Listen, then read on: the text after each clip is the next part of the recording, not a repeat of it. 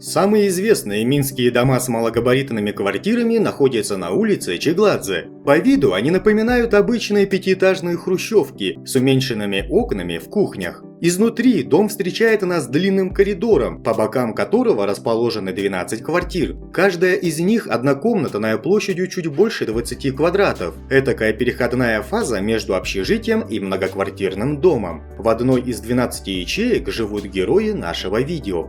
Детей в этом доме немного, рассказывают ребята. Основной контингент жильцов – это молодые семьи без детей и пожилые пары, разменявшие большие квартиры с наследниками и переехавшие в малосемейку. Многие квартиры сдаются в аренду.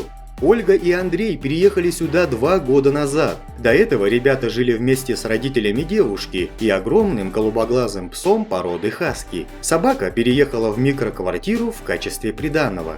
Месяц назад у пары родился ребенок. Теперь они живут здесь вчетвером. Ольга, Андрей, их месячная малышка и пес-гигант. И несмотря на стесненные условия, очень любят принимать гостей. Квартира досталась ребятам без ремонта, но с перепланировкой. Предыдущие хозяева удачно перенесли вход на кухню, который располагался в прихожей. В борьбе с теснотой удалось отвоевать целых полквадратных метра, которые из ненужного коридора превратились во встроенный шкаф, куда вмещаются почти все вещи ребят.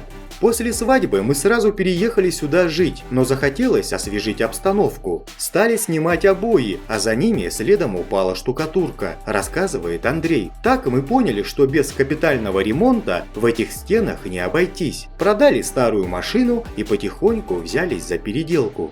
Удивительно, но в 5-метровой кухне, которая в других малосемейках больше напоминает грузовой лифт, смогла уместиться вся кухонная утварь и габаритная бытовая техника для большой семьи, включая холодильник, стиральную машину, микроволновку и кухонный комбайн. Кухня, сделанная под заказ, оказалась самой дорогой частью ремонта, поскольку поставить сюда стандартные модули было нереально из-за маленькой площади, паутины труб и кривых стен. В поисках фирмы, которая сделала бы под заказ раскладной диван нужных габаритов, молодожены объездили всю столицу. Ведь в разложенном состоянии он должен был помещаться поперек тесной 12-метровой комнаты, да еще и оставлять место для вместительного шкафа, детской кроватки и тумбы со столиком для пеленания.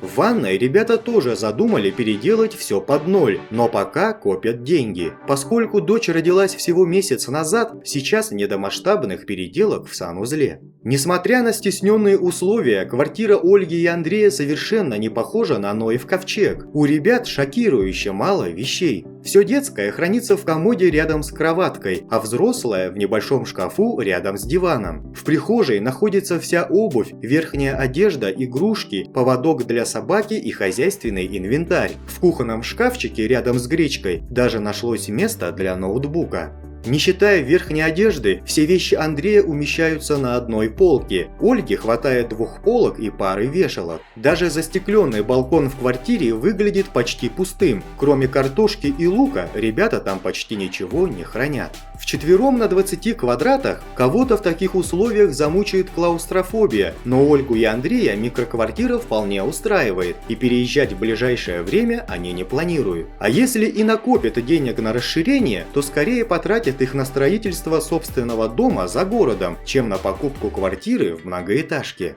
Итак, друзья, а что вы думаете о такой маленькой квартире молодой пары? Напишите свое мнение в комментариях, будет интересно. Видео подготовлено по материалам портала onliner.by, ссылка в описании. А с вами был Бариман, всем добра.